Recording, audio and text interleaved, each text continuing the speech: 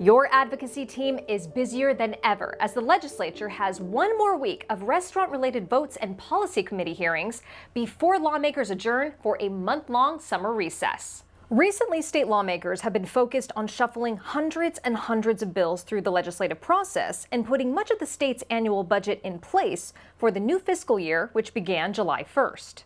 This year's annual budget bills included a blast from the past with the reestablishment of something called the Industrial Welfare Commission, or IWC. While this may just sound like another government commission, this is one that all employers need to pay attention to.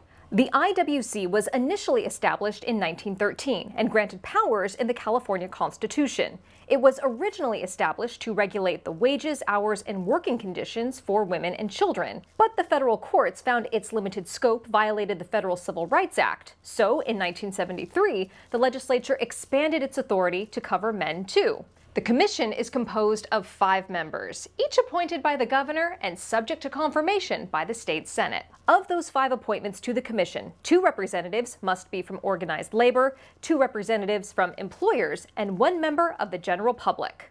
Now that may have you wondering, why haven't I heard anything about this IWC in a very long time, or at all? Great question, I would love to tell you. The IWC was defunded nearly 20 years ago because of then Senate President Pro Tem John Burton's frustrations with the Schwarzenegger-era IWC. It hasn't been operable since, until now.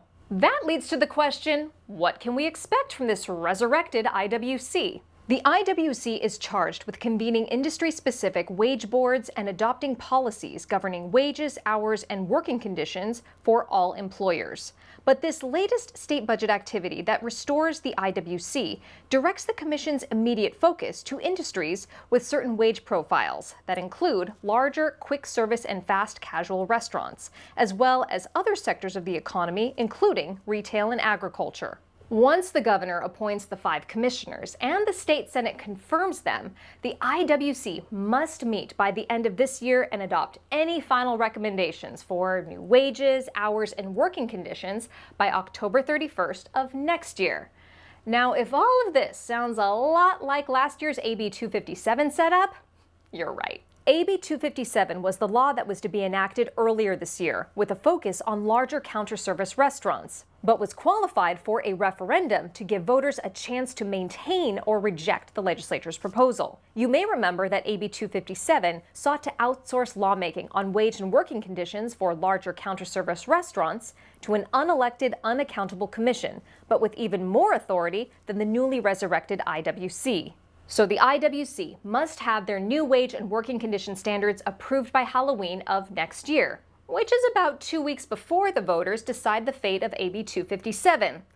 That timing is no accident, as labor unions target these sectors with a 2-pronged approach. But the CRA is ready. The CRA will advocate for restaurants of all kinds as the IWC holds public hearings around the state. We will also stay engaged on the AB 257 referendum campaign, as that heats up to ensure that restaurant operators everywhere are heard and that voters are fully informed. Meanwhile, when lawmakers take a recess from Sacramento and return to their legislative districts after next week, be assured your advocacy team stays hard at work, directly lobbying them once they return to their districts. That's the news you need to know. Thanks for watching.